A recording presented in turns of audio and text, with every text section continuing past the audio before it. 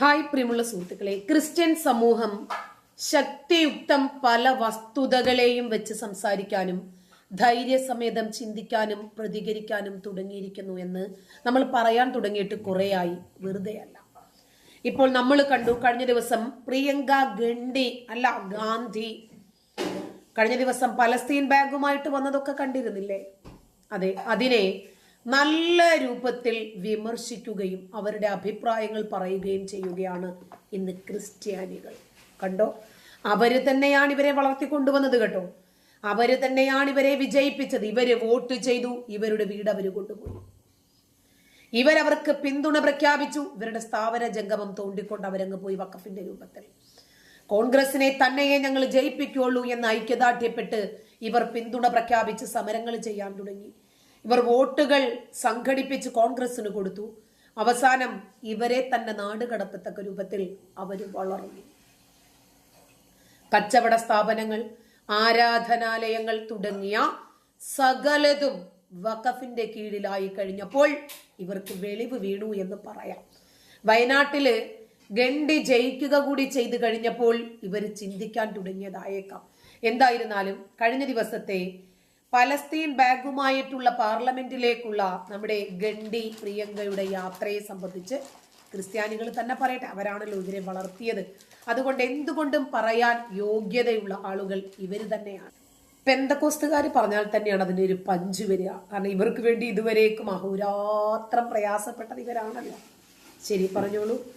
ഒരു സംഭവം, പ്രിയങ്ക ഗാന്ധി പാലസ്തീന് സപ്പോർട്ടുമായി പാർലമെന്റിൽ ഒരു ബാഗും തൂക്കിയിട്ടുകൊണ്ട് പാർലമെന്റിൽ എത്തിയതാണ് ഈ കാണുന്നത്.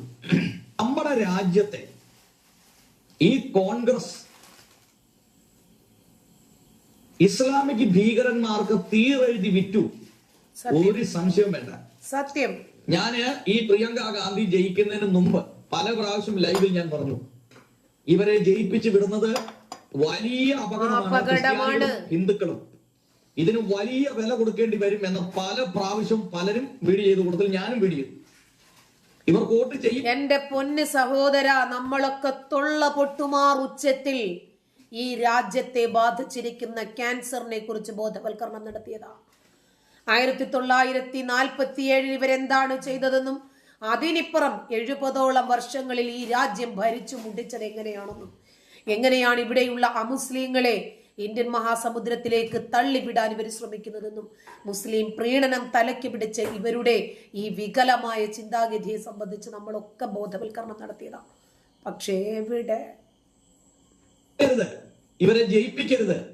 ഇവര് ജയിച്ചാൽ ക്രിസ്തീയ സമൂഹവും ഹൈന്ദവ സമൂഹവും നേരിടുന്ന വെല്ലുവിളികൾ അതിഭയാനകരമായിരിക്കും. ഇസ്ലാമിക് ഭീകരന്മാരുടെ ഒരു വലിയ താണ്ഡവം ഇവിടെ നടക്കും എന്നുള്ളതിനെ കുറിച്ച് പല ചാനലുകാരും പല പ്രാവശ്യവും വാണിംഗ് കൊടുത്തിട്ടുണ്ട്. അത് മനസ്സിലാക്കാതെ ഇന്ദിരാഗാന്ധിയുടെ കൊച്ചുമകളാണ്, രാജീവ് ഗാന്ധിയുടെ മകളാണ് എന്നൊക്കെ പറഞ്ഞ്, ജവഹർലാൽ നെഹ്റുവിന്റെ കുടുംബത്തിൽപ്പെട്ടവരാണ് എന്നൊക്കെ പറഞ്ഞുകൊണ്ട് എല്ലാവരും വോട്ട് ചെയ്ത് ജയിപ്പിച്ചു വിട്ടു. ഇപ്പൊ പണം കായ്ക്കുന്ന മരമായിരുന്നാലും ശരി, പുരയ്ക്കുമീതെ ചാഞ്ഞാൽ മുറിക്കണം എന്ന് നമ്മുടെ പൂർവികര് നമുക്ക് മനസ്സിലാക്കി തന്നിട്ടുണ്ട്. നെഹ്റുവിന്റെ കൊച്ചുമകളെന്നല്ല, ഇന്ദിരയുടെ ചെറുകുട്ടി എന്നല്ല, രാജീവ് ഗാന്ധിയുടെ മകളെന്നല്ല, ആര് തന്നെയായിരുന്നാലും ശരി, ഈ രാജ്യത്തെ തകർക്കുന്നതിന് വേണ്ടി ജോർജ് സോറോസിനെ പോലെയുള്ള ആളുകളുമായി കൂടിച്ചേർന്ന് അവരിൽ നിന്നും ഫണ്ട് വാങ്ങി ഈ രാജ്യത്തിന്റെ അടിത്തറ തോണ്ടാനാണ് ഇവരുടെ തീരുമാനമെങ്കിൽ എതിർക്കണം. എത്ര കിട്ടിയാലും പഠിക്കുകയില്ലാത്ത ഒരു സമൂഹമായി നമ്മുടെ കേരളത്തിലെ ക്രൈസ്തവരും ഹിന്ദു സമൂഹവും മാറിയിരിക്കുന്നു എന്നുള്ളത് അത്യന്തം ഖേദകരവും വേദനാജനകവുമായ കാര്യമാണ്. അപ്പൊ ഈ ഇരട്ടത്താപ്പ് നമ്മൾ തിരിച്ചറിയണം. ഈ കോൺഗ്രസിന്റെ ഇരട്ടത്താപ്പ് നമ്മൾ തിരിച്ചറിയണം. എന്താണ്? ബംഗ്ലാദേശിൽ താമസിക്കുന്ന ഹൈന്ദവരും അവിടെ താമസിക്കുന്ന ക്രിസ്ത്യാനികളും അനുഭവിക്കുന്ന പീഡനത്തെ കുറിച്ച് ഇവർക്ക് പറയാൻ നേരമില്ല.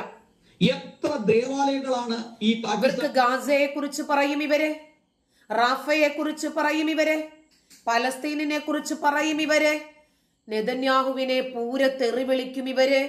താലിബാനെ കുറിച്ച് മിണ്ടത്തില്ല, ഐസിസിനെ കുറിച്ച് മിണ്ടേയില്ല, യമനികളും സൗദികളും തമ്മിൽ ഉണ്ടാകുന്ന യുദ്ധത്തെ കുറിച്ച് മിണ്ടില്ല. ഇവർക്കാകെ പറയാനുള്ളത് എന്താ? ബംഗ്ലാദേശിലെ ഹിന്ദുക്കളെ കുറിച്ച് ഇവർ സംസാരിക്കുവോ? മണിപ്പൂർ ശരി, ക്രൈസ്തവ ദേവാലയങ്ങൾ തല്ലി തകർത്തത്. എന്നിട്ട് എന്തുകൊണ്ട് ഇവിടെ ഇത് നമ്മളല്ലാതെ പറയാനില്ല. കേൾക്കേണ്ടവര് കേൾക്കട്ടെ, ചിന്തിക്കേണ്ടവര് ചിന്തിക്കട്ടെ. മാറി ചിന്തിക്കാൻ താല്പര്യമുള്ളവർക്കെങ്കിലും സന്തോഷകരമായ ഒരു ദിനമുണ്ടാകും. ആർക്കൊന്നും ഇതുമായി ബന്ധപ്പെട്ട ഒരു വാക്ക് അവർ പറഞ്ഞില്ല. അവരെങ്ങനെയാ ബംഗ്ലാദേശിൽ അനുഭവിക്കുന്ന ഹിന്ദുക്കളെ സംബന്ധിച്ച് പറയുന്നത്? പീഡിപ്പിക്കുന്നത് നമ്മുടെ സ്വന്തം ആൾക്കാരല്ലേ? അല്ലാഹു അക്ബർ എന്ന് പറഞ്ഞ് തലയെടുക്കുന്ന ആളുകളെ പ്രോത്സാഹിപ്പിക്കുന്ന ആളുകൾ എങ്ങനെയാ പിന്നെ ബംഗ്ലാദേശിലെ പീഡിതരായിട്ടുള്ള ഹിന്ദുക്കൾക്ക് വേണ്ടി ശബ്ദിക്കുന്നത്? ഈ ഇസ്ലാമിക് പ്രീണനം നടത്തേണ്ട ആവശ്യകത എന്താണ്? ഉണ്ട്. വോട്ട് ബാങ്ക് രാഷ്ട്രീയം. അപ്പോൾ പാകിസ്ഥാനിൽ ക്രിസ്ത്യാനികൾ കൂട്ടത്തോടെ കൊല ചെയ്യപ്പെടുന്നു. അതെ, ക്രിസ്ത്യൻ പെൺകുട്ടികളെ തട്ടിക്കൊണ്ടു പോകുന്നു, ബലാത്സംഗം ചെയ്യുന്നു. വിഷയമല്ല. ഇതിനിവിടെ കാഫിറുകൾ നമ്മുടെ കൈക്ക് ഇരയാകേണ്ടവരല്ലേ? ഇവിടെ ആർക്കും പ്രതിഷേധമില്ല. ഇന്തോനേഷ്യയിൽ എത്ര ക്രൈസ്തവരെ കൂട്ടക്കൊല ചെയ്യുന്നു? കുഴപ്പമില്ല. എത്ര പേരെ തട്ടിക്കൊണ്ടുപോകുന്നു? പ്രശ്നമില്ല. ഇസ്ലാമിക് ഭൂരിപക്ഷമുള്ള രാജ്യങ്ങളിൽ മിക്ക രാജ്യങ്ങളിൽ തന്നെ ന്യൂനപക്ഷം അതിക്രൂരമായ പീഡനത്തിലൂടെയാണ് കടന്നു. പ്രതികരിക്കില്ല. തട്ടിക്കൊണ്ടുപോകൽ, ബലാത്സംഗം, പിടിച്ചുപറി, മോഷണം, കൊലപാതകം ഇത് നടത്തിക്കൊണ്ടേ. ഇവിടെ ഞാൻ ഈ നോർത്ത് ഇന്ത്യയിൽ ഉത്തർപ്രദേശിൽ കട്ടർ ഹിന്ദുത്വം, അതായത് ഏറ്റവും തീവ്ര ഹിന്ദുത്വം പ്രചരിപ്പിക്കുന്ന മോദി താമസിക്കുന്ന സ്ഥലത്താണ് യോഗി ആദിത്യനാഥ് ഭരിക്കുന്ന സംസ്ഥാനത്താണ് ഞാൻ താമസിക്കുന്നത്. ഇവിടെ ഏതെങ്കിലും ഒരു ക്രിസ്ത്യാനിക്ക് പീഡനമുണ്ടോ? പറ. ഇവിടെ പാസ്റ്റർമാര് വന്ന് RSS രാജ്യം എടുത്തു കഴിഞ്ഞാല്, നരേന്ദ്രമോദി ജയിച്ചു കഴിഞ്ഞാലും മുസ്ലിങ്ങൾക്കൊന്നും നിൽക്കാൻ പറ്റില്ലേ എന്ന് പറഞ്ഞിട്ട് അലറി വിളിച്ച പോത്തുകൾ എവിടെ? മതപരിവർത്തനം നടത്തുന്നുണ്ട് എന്ന് പറഞ്ഞാൽ ഒരു വീടെടുത്തു, ആ വീടെടുത്തതിന് ശേഷം അവിടെ ബൈബിൾ ട്രാക്റ്റുമായിട്ട് പോയി അവര് ക്രൈസ്ത മതം പ്രചരിപ്പിക്കുന്നു. അത് അവരുടെ അവകാശമാണ്. അതിന് പ്രശ്നമുണ്ട്. ഞങ്ങളുടെ മതത്തിൽപ്പെട്ട ആളുകളുടെ വീട്ടിൽ കയറി പ്രലോഭനം നടത്തി അവരെ മതപരിവർത്തനം നടത്താൻ പാടില്ല. അതിന് കൃത്യമായ ശിക്ഷ കിട്ടും. അതിന് ജയിലിൽ പോലീസ് പിടിക്കും, അറസ്റ്റ് ചെയ്യും, ജയിലിൽ പോകും. അല്ലാതെ ഇവിടെ തട്ടിക്കൊണ്ടു പോകലോ, ക്രിസ്തീയ സമൂഹത്തെയോ അല്ലെങ്കിൽ മുസ്ലിം സമൂഹത്തെയോ തട്ടിക്കൊണ്ടു പോകലോ, ബലാത്സംഗമോ പിടിച്ചുപറിയോ മോഷണമൊന്നുമില്ല. അപ്പോ ഇസ്ലാമിക് ഭീകരവാദം അത് ഭയങ്കര ഡേഞ്ചറാണ്. ഓരോ ദിവസം ചേർന്നത് വളരെയാണ്. ഈ ബംഗ്ലാദേശിൽ നിന്നും ബംഗാൾ, വെസ്റ്റ് ബംഗാളും ഒക്കെ ആയിട്ട് ബന്ധപ്പെട്ട് 45 ലക്ഷത്തിലധികം അതിഥിതൊഴിലാളികളാണ് കേരളത്തിലേക്ക് എത്തിക്കൊണ്ടിരിക്കുന്നത്. ഇതിന്റെ അകത്തൊരു നല്ലൊരു ശതമാനം മുഴുവനും ഒരു പ്രത്യേക മതവിഭാഗത്തിൽപ്പെട്ടവരാണ്. ഇനി നമ്മുടെ കേരളമൊക്കെ അനുഭവിക്കാൻ പോകുന്ന ക്രിസ്ത്യാനികൾക്കും ഹൈന്ദവർക്കും ഇവിടെ നിലനിൽക്കാൻ പോലും പറ്റില്ല. ഇതൊക്കെ കേട്ട് മനസ്സിലാക്കിയാൽ കൊള്ളാം. ഇല്ലെങ്കിൽ ഇതുപോലെ വോട്ടൊക്കെ ചെയ്ത് ഒരു നിമിഷം ഒന്ന് ചിന്തിച്ചിരുന്നെങ്കിൽ ഈ പ്രിയങ്ക ഗാന്ധിയെ പോലുള്ളവർ ജയിക്കുമായിരുന്നു. നിങ്ങൾ ഇത് ജയിപ്പിച്ചു വിട്ടിട്ട് ഇപ്പൊ എന്ത് സംഭവിച്ചു? ഇവര് വർഷങ്ങളായിട്ട് ആധിപത്യം സ്ഥാപിച്ചിരുന്ന റായ്ബറേലിക്കാർക്ക് വരെ വെളിച്ചമുണ്ടായി. അവര് വരെ ചിന്തിക്കാൻ തുടങ്ങി. ഇവരുടെ ഈ മുസ്ലിം പ്രീണനം എന്താണ് എന്ന് മനസ്സിലാക്കി മാറ്റി ചിന്തിക്കാൻ, മാറി ചിന്തിക്കാൻ അത് ജനങ്ങളോട് തുറന്നു പറയാൻ തയ്യാറായി. പാലസ്തീനെ സപ്പോർട്ട് ചെയ്ത് കൊടിയും പിടിച്ച്, അല്ലെങ്കിൽ പാലസ്തീനെ സപ്പോർട്ട് ചെയ്ത് ബാഗ് മേടിച്ച് തോളത്തും തൂക്കിയിട്ടോട്ട് പാർലമെന്റിൽ പോയി നിൽക്കുക. ക്രിസ്ത്യാനി ഇവിടെ 600 കുടുംബങ്ങളുടെ വഴിയാധാരമായി പെരുവഴിയിൽ ഇറങ്ങി നിൽക്കുക. പ്രശ്നമല്ല. ഏത് സമയത്തും വഖഫ് ബോർഡ് എന്ന് പറയുന്ന ഈ സംഘം ഇവരുടെ ഭൂമി ആക്രമിക്കും, ഇവരെ വഴിയാധാരമാക്കും. ഇതിന്റെ ഇത്രയും വലിയൊരു പ്രശ്നത്തിന്റെ വക്കീലത്ത് നിൽക്കുന്നുണ്ട്. അത് കാണാതെ കേരളത്തിൽ നിന്ന് പോയ ഒരു MP അവിടെ ചെന്നുകൊണ്ട് പാലസ്തീനെ സപ്പോർട്ട് ചെയ്ത് ബാഗുമായിട്ട് പൊക്കി പിടിച്ചോണ്ട് അവിടെ നിൽക്കുക. ഒന്ന് ആലോചിച്ച് നോക്കിയേ. ഇത്രയും കാര്യങ്ങൾ മനസ്സിലാക്കിയിട്ടും ഈ ക്രൈസ്തവ സമൂഹം എന്തുകൊണ്ടാണ് ഉണരാത്തത്? അവരെ ഉണർത്താൻ ആർക്കും പറ്റില്ല. കാരണം എന്തറിയാമോ? അവര് ഉറങ്ങുമല്ല.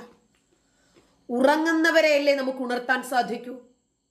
ഉറക്കം നടിക്കുന്നവരെ എങ്ങനെ ഉണർത്താൻ സാധിക്കും? 10 കത്തി വാങ്ങി കുത്തി വാങ്ങും പാകിസ്ഥാൻ എന്ന് പറഞ്ഞു.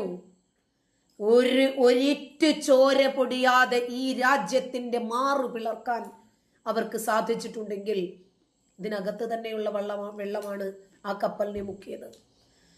ഇന്ത്യ വിരുദ്ധത ഏറിയ തോതിൽ കൊണ്ട് നടക്കുന്ന, ഇന്ത്യക്കകത്തുള്ളതിനേക്കാൾ വലിയ ശത്രുക്കൾ ഇന്ത്യക്ക് പുറത്തില്ല. ഈ രാജ്യത്തെ തകർക്കാൻ വേണ്ടി ജോർജ് സോറസുമായി ആങ്ങളെയും പെങ്ങളും തള്ളയും എല്ലാം കൂടെ, ഇറ്റലിക്കാരിക്ക് ബ്രിട്ടൻ പൗരത്വമുള്ളവന് ഇന്ത്യ മഹാരാജ്യത്തോട് കൂറും പ്രതിബദ്ധതയും ഉണ്ടാകുമെന്ന് ചിന്തിച്ച് ഇവരെ വിജയിപ്പിച്ച ആളുകൾക്ക് കിട്ടണ്ടേ? പഠിക്കട്ടെന്നേ. നന്ദി.